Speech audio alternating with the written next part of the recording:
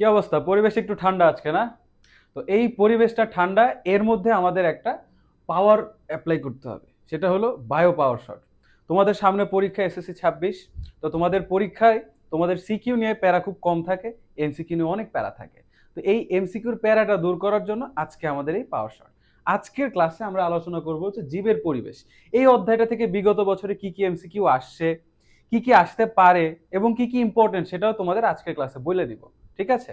তো চলো কথা না বাড়ায় শুরু করি আমরা। আচ্ছা, তো আমাদের দেখো, আমি তোমাদের জন্য যে এমসিকিউ গুলো রেখেছি, ঠিক আছে? আচ্ছা, এখন খেয়াল করো। আহ, আচ্ছা, দেখো, প্রথম যে এমসিকিউটা আছে এটা ঢাকা বোর্ড 24-এ আসছিল। কি আসছিল? মানুষ, মশা, ডেঙ্গু ভাইরাস, উদ্দীপ উপরের খাদ্য শিকলটা কি? আচ্ছা দেখো তো, এখানে যেগুলো আছে মানুষ, মশা, ডেঙ্গু ভাইরাস, প্রথমত মানুষের শরীরে কি বলতো মশা কামড় দেয়, আর মশার শরীরের মধ্যে থাকে হচ্ছে ডেঙ্গু ভাইরাস, ওইটা তো মানুষের শরীরে আসে, তাই না? আচ্ছা, তাহলে এখানে দেখো একে অপরের উপর নির্ভর করতেছে না, একে অপরের উপর নির্ভর করতেছে। তাহলে এইটা আমরা দেখো পরজীবী, তার মানে কি একজন আরেকজনের উপর নির্ভরশীলে বাঁচতেছে, এটা পরজীবী। তাহলে সেকেন্ড অপশনটা হচ্ছে অসম্পূর্ণ খাদ্য শিকল। দেখো, পরজীবী যে খাদ্য শিকল গুলো হয় ওইখানে কিন্তু ওইটা অসম্পূর্ণ হয়, কারণ কি জানো, পরজীবীর মধ্যে কি কোনো উৎপাদক থাকে না, অর্থাৎ খাদ্য উৎপন্ন করবে যে ও ওখানে উপস্থিত থাকে না, এর কারণে ওইটা অসম্পূর্ণ হয়। তাহলে দেখো 3 নাম্বার অপশনটা কিন্তু সঠিক, উৎপাদকবিহীন খাদ্য শিকল, তাই না? আচ্ছা, এখন তাহলে আমাদের অ্যান্সার হচ্ছে কি? ডি, 1, 2, 3। বাস্তুতন্ত্রের ভৌত উপাদান কোনটা? 2 নাম্বার প্রশ্নটা তোমরা দেখতে পাচ্ছ না? 2 নাম্বার প্রশ্নে আছে বাস্তুতন্ত্রের ভৌত উপাদান কোনটা। তাহলে বাস্তুতন্ত্রের ভৌত উপাদান দেখো, ভৌত উপাদান মৃতদেহ, অক্সিজেন, পানি, এগুলো তো ভৌত উপাদান হইতে পারে না। তাহলে ভৌত উপাদান হচ্ছে কি আমাদের, বলো তো? তাপমাত্রা। 3 নাম্বার অপশনটা দেখো, একটা বড় আম গাছের নিচে ছোট চারা গাছের স্বাভাবিক বৃদ্ধি ব্যাহত হওয়ার কারণ কি? আচ্ছা ভাইয়া, একটা বড় গাছের নিচে যদি ছোট গাছ থাকে, তাহলে দেখো প্রধানত সে কি করবে বলতো? আলোর জন্য সংগ্রাম করবে, মানে বড় গাছটার জন্য ছায়া পড়বে ছোট গাছটার উপরে, তাহলে আলোর জন্য সংগ্রাম করবে। এবং বাতাস তো সব জায়গায় থাকে, যে আমি কথা বলতেছি আমার এখানে বাতাস আছে, তুমি যে জায়গায় আছো ওই জায়গায় বাতাস আছে, তাহলে বাতাস নিয়ে প্যারা নাই। প্যারা হইলো পানির জন্য সংগ্রাম। তাহলে কি কি কিসের জন্য সংগ্রাম হয়? আলোর জন্য আর পানির জন্য। তাহলে আমাদের অ্যান্সার কত বলো তো? অ্যান্সার হচ্ছে 1 আর 3, তার মানে আমাদের অ্যান্সার হচ্ছে বি। আচ্ছা, দেখো 4 নাম্বার যেটা আছে, পেঁচা গাছের কোটরে বাস করে, এটা কি ধরনের অন্তঃক্রিয়া? আচ্ছা, পেঁচা যদি এটা গাছের কোটরের মধ্যে বাস করে তাহলে গাছের কি কোনো ক্ষতি করবে? বাট পেঁচাটা কিন্তু উপকৃত হচ্ছে। তাহলে এমন ঘটনা কোথায় দেখা যায়? দেখো তো, আমরা জানি যে মিউচুয়ালিজম হলে যেখানে দুইজন দুইজন দ্বারা সুবিধা পাবে, মানে হচ্ছে কি বলতো? গিভ অ্যান্ড টেক, তাই না? গিভ অ্যান্ড টেক, তোমাকে আমি দিব, তুমি আমাকে দিবা, দুজন মিলে ভালো থাকবো। কিন্তু এখানে দেখতেছো, এখানে হচ্ছে কি পেঁচা গাছের কোটরে বাস করতেছে, এবং এখানে কি হচ্ছে? শুধুমাত্র পেঁচা উপকৃত হচ্ছে গাছের দ্বারা, গাছ কোনো উপকৃত হচ্ছে না এবং গাছের কোনো ক্ষতিও করতেছে না। তাহলে অ্যান্সার হবে আমাদের কমেন্সিয়ালিজম, তাই না? বইয়ের মধ্যে আছে, সুন্দর মতো পড়ে নিবা। দেখো কোনটাকে ধাঙর বলা হয়? ধাঙর কারা বলো তো? ধাঙর কারা? যারা মৃতজীবী খায়, তোমার আমার মতো চা কফি ভাত খায়, এগুলা হচ্ছে ধাঙর না, এরা হচ্ছে সাধারণ খাদক। তাহলে ধাঙর কি বলতো? ধাঙর হচ্ছে আমাদের কারা? মৃত মৃত প্রাণী খায় কারা? এখানে বানর তো খায় না, হরিণ খায় না, খরগোশ খায় না, তাহলে অ্যান্সার হচ্ছে হয় না, তাই না? আচ্ছা, এখন দেখো গ্রিন হাউস প্রতিক্রিয়ার ফলে কি হচ্ছে। আচ্ছা, গ্রিন হাউস প্রতিক্রিয়ার ফলে আমরা জানি সমুদ্রের পানি বেড়ে যাচ্ছে উচ্চতা, তারপরে বৈশ্বিক উষ্ণতা তো বাড়তেছে গ্রিন হাউস প্রভাবের ফলে, তাই না? তাপমাত্রা বাড়তেছে, গ্যাসগুলো যে উৎপন্ন হচ্ছে, তাই না? কার্বন ডাইঅক্সাইড, কার্বন মনোক্সাইড, এগুলোর ফলে। আচ্ছা, তার মানে কি হচ্ছে দেখো তো, ভূমির লবণাক্ততা থেকে বাড়ে?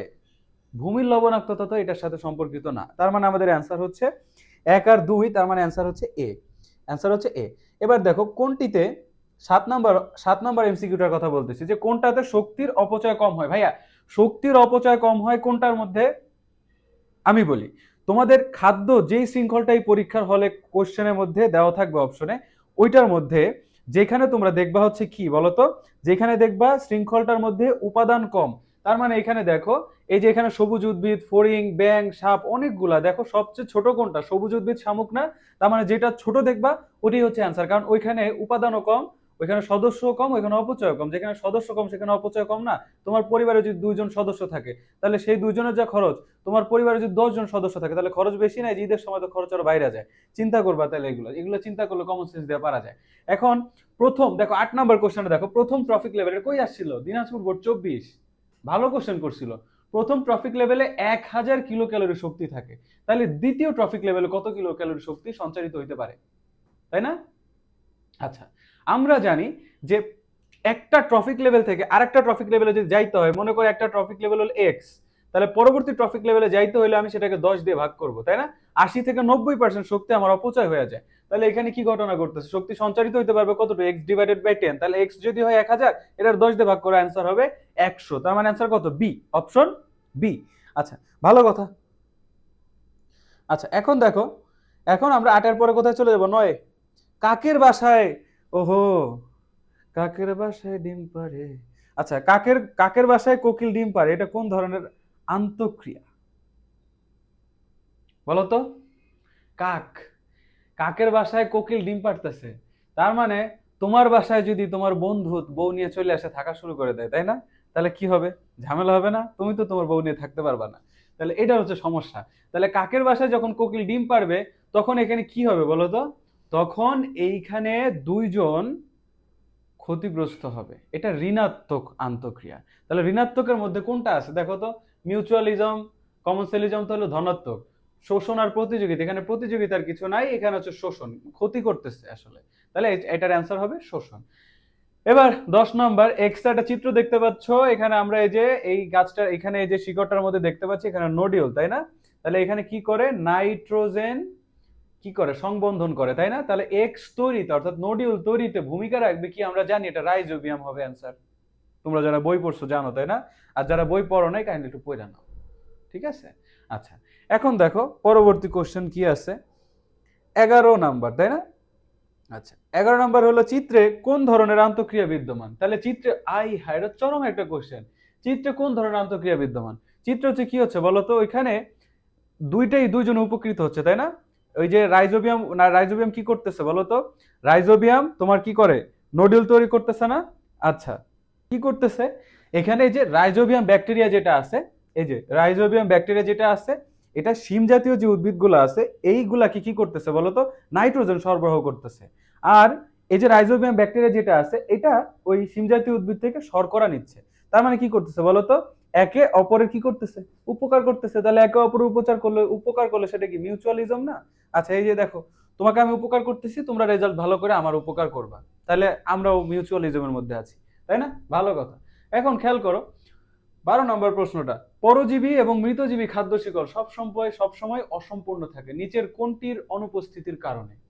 ভাই এটা প্রথম এমসিকিউটাতে আলোচনা করে আসছি যে পরজীবী এবং মৃতজীবী খাদ্য শিকল যারা, এই পরজীবী এবং মৃতজীবীর মধ্যে কি থাকে বলতো? উৎপাদকটা থাকে না। তাহলে উৎপাদকটা থাকে না, এই কারণেই তো এরা অসম্পূর্ণ, তাই না? আচ্ছা, ঠিক আছে, তোমরা একটু পরবর্তী কোশ্চেনটার একটু অ্যান্সার আমাকে তো বলো তো, যে নিচের কোনটা ঋণাত্মক আন্তঃক্রিয়া? মাথাটা ব্যথা করতেছে, আমি একটু কফি খাই। তোমরা কি পারবা? 13 নম্বরটা, এটা কিন্তু হেভি ক্যাচাল। তোমরা যারা বইয়ের মধ্যে চিত্র দেখো না, তাদের জন্য এটা খুব ভালো একটা শিক্ষা। কোন বোর্ডে এসেছিল? রাজশাহী বোর্ড 20। ভালো ছিল না কোশ্চেনটা? চরম ছিল। অ্যান্সার করো, অ্যান্সার করো। যারা পড়ো না তারা পারবা না, আমি জানি।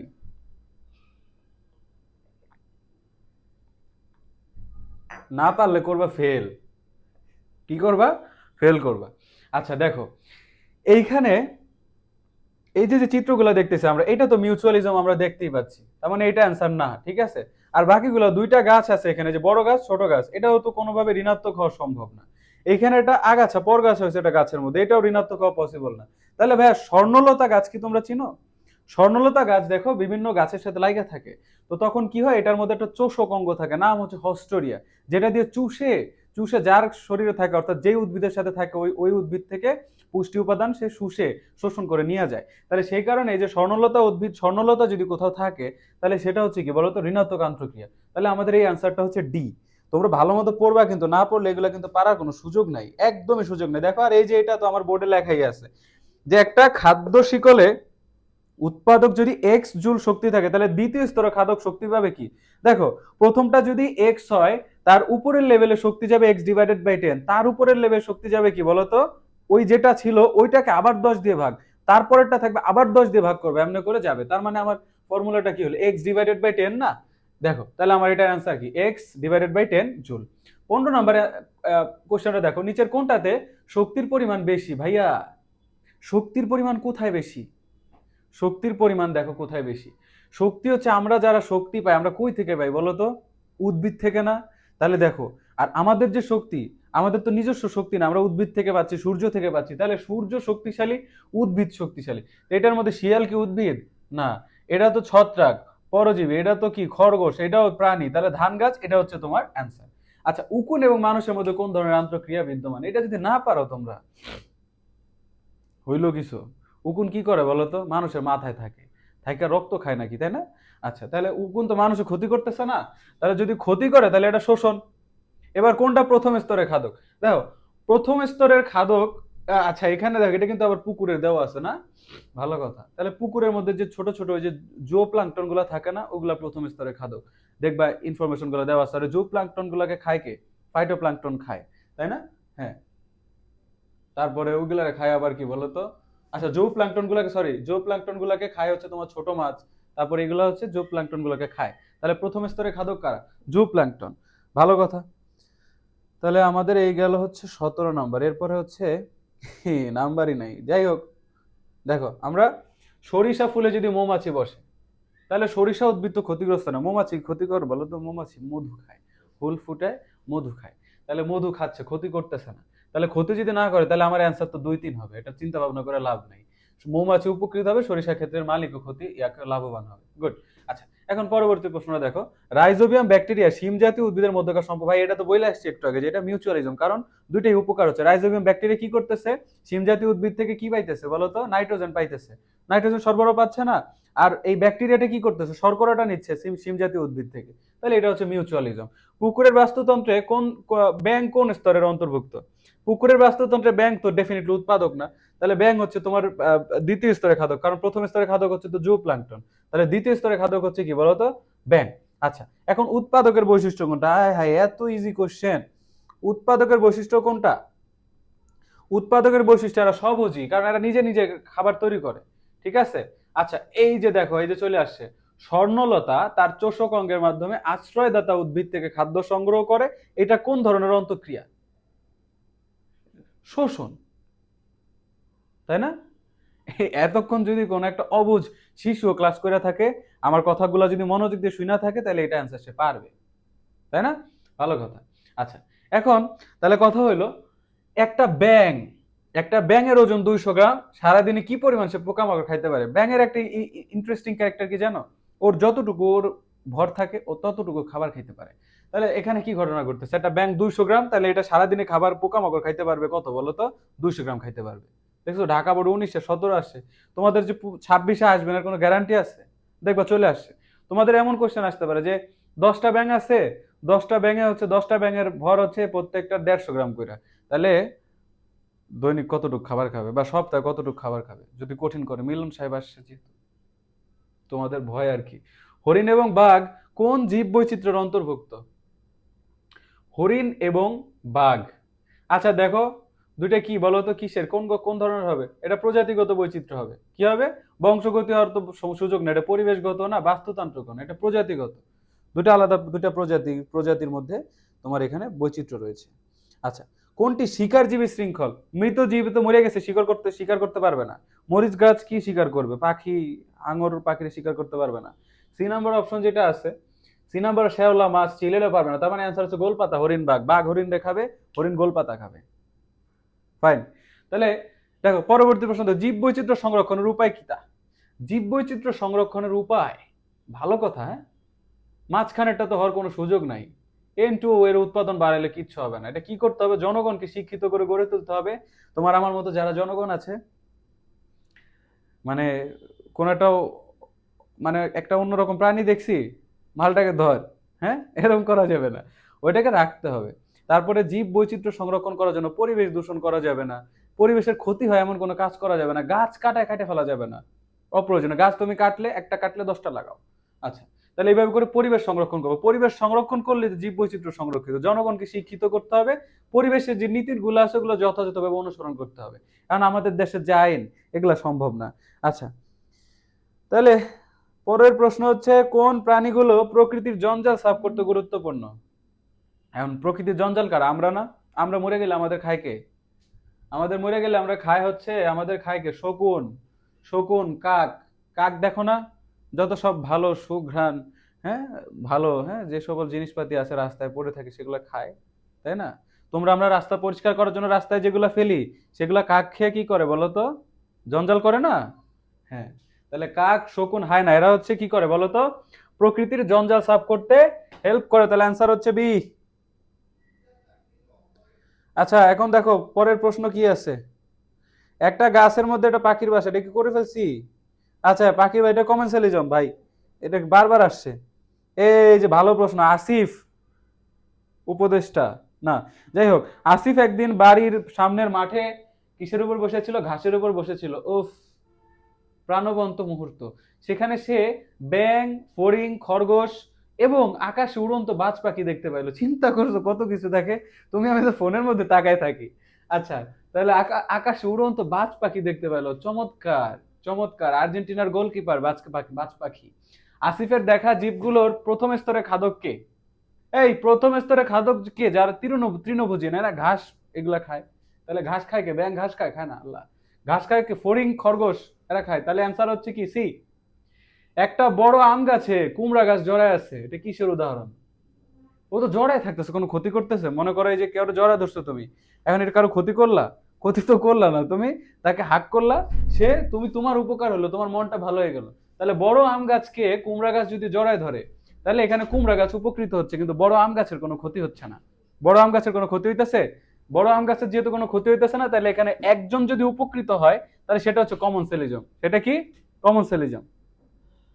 আচ্ছা, এবার পরবর্তী প্রশ্ন, কয়েকজন কিশোর একটা বড় আকৃতির ব্যাঙের পায়ে রশি বেঁধে, কি দুষ্ট পোলাপান, হ্যাঁ। আহা, তাহলে এরা কি করতেছে? ব্যাঙের পায়ে রশি বাঁধছে, কাজ কাম নাই, তোমাদের মতো পড়ালেখা করে না। রহিম মিয়া ব্যাংকটা উদ্ধার করে পাশের ধান খেতে ছেড়ে দিলেন। ব্যাংকটার ওজন ছিল 250 গ্রাম। ওয়াও। এখন এই যে যে ব্যাংকটা, এই ব্যাংক উক্ত ক্ষেত থেকে 2 দিনে কি পরিমাণ পোকামাকড় খাইতে পারে? আমি একটু আগে বলে আসছি যে ব্যাঙের যতটুকু ওজন থাকে ততটুকু সে পোকামাকড় খাইতে পারে। তাহলে এখানে ব্যাঙের ওজন হচ্ছে কত? 250 গ্রাম। দেখছো, ব্যাঙের ওজন বলে দিছে। আহারে, এটা তো পাপ করে ফেলছে, ব্যাঙের ভর। আচ্ছা, যাই হোক, 250 গ্রাম। এখন এই 250 গ্রাম 2 দিনে খাবে, তাহলে 250 গ্রাম যদি একটা ব্যাঙ হয়, ওই ব্যাঙটা 250 গ্রাম পোকামাকড় খাইতে পারে। আর যদি সেটা 2 দিন হয়, তাহলে 2 দিনে খাবে কত? 500 গ্রাম। হ্যাঁ। আচ্ছা, রহিম মিয়ার উক্ত ভূমিকার ফলে ক্ষেতটিতে, দেখো, পোকামাকড় যদি খায় ফেলে ব্যাঙে, তাহলে কীটনাশকের তো ব্যবহার কমে যাবে অটোমেটিক্যালি, কারণ পোকামাকড় ফসলের ক্ষতি করবে না। আচ্ছা, তারপরে ধানের উৎপাদন, তা ধানের উৎপাদন বাড়বে। আগাছার পরিমাণ তো কমবে না, কারণ ব্যাঙ আগাছাও খাবে না, কিছু হবে না। তাহলে অ্যান্সার হচ্ছে কি? অ্যান্সার হচ্ছে 1 আর 2। ছাগল কোন শ্রেণীর খাদক? ছাগল তোমাদের কথা বলতেছে না আমার কথা বলতেছে? আচ্ছা, ও আচ্ছা আচ্ছা, ছাগল যারা হচ্ছে ঘাস টাস খায় ওদের কথা বলতেছে না? আচ্ছা, তাহলে ঘাস যারা খায় তারা কোন শ্রেণীর খাদক? প্রথম শ্রেণীর খাদক। তাহলে ছাগল হচ্ছে প্রথম শ্রেণীর খাদক। আচ্ছা, এখন দেখো, যেই ত্রিমাত্রিক বস্তুর শীর্ষদেশ সরু, ও মাই গড, এই যে এটা ত্রিমাত্রিক বস্তু, এই যে সরষুদেশ, সরি, শীর্ষদেশ আস্তে আস্তে সরু হয়ে যাচ্ছে, তাহলে ভাইয়া এইটা হচ্ছে আমাদের কি বলতো? পিরামিড। আচ্ছা, তারপরে ঋণাত্মক 36, এই যে 36, ঋণাত্মক আন্তঃক্রিয়াকে কয় ভাগে ভাগ করা যায়? 3 ভাগে। কি জানি? শোষণ, প্রতিযোগিতা, অ্যান্টিবায়োসিস। ঠিক আছে। ধাঙর, কোন উদ্ভিদের শোষণ ঘটে? হ্যাঁ, স্বর্ণলতার শোষণ ঘটে, কারণ স্বর্ণলতায় কি থাকে বলতো? একটা চোষক অঙ্গ থাকে, হস্টোরিয়া নাম, যেটা কি করে বলতো? চুষে খায়। তার মানে যেখানে থাকবে সেখান থেকে চুষে চুষে সব খেয়ে ফেলবে, ধ্বংস করে ফেলবে। তাহলে এরা কি? এরা হচ্ছে শোষণ ঘটাইতে পারবে। ধাঙর কোনটি?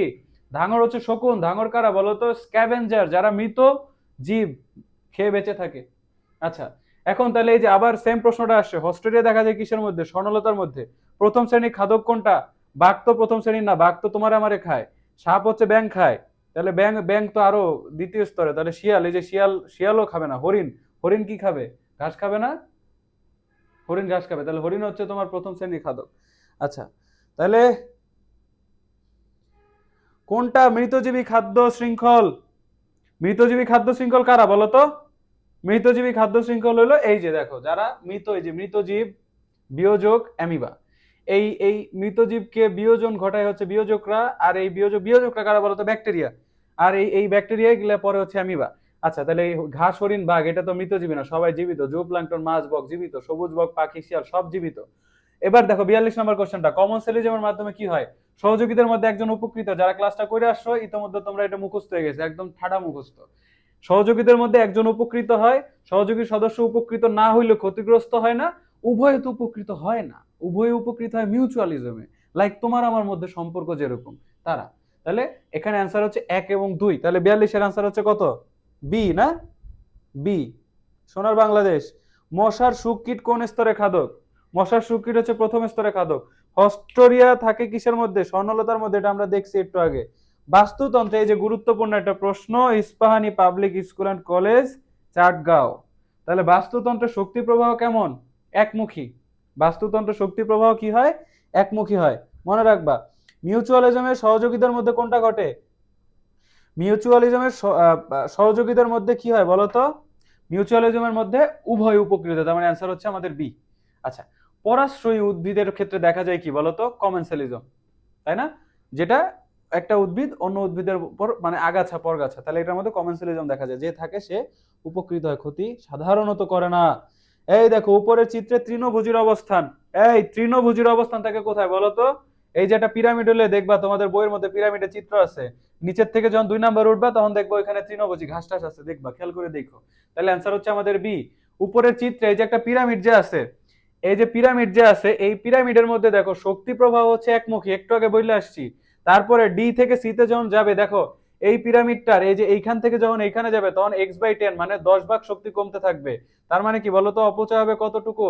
80%, মানে 10 ভাগ হচ্ছে পৌঁছাবে। ধরো ডি তে যে শক্তি আছে, ডি তে যদি 1000 থাকে, তাহলে পরে যাবে 10, তারপর যাবে 1, তারপর যাবে 0.1।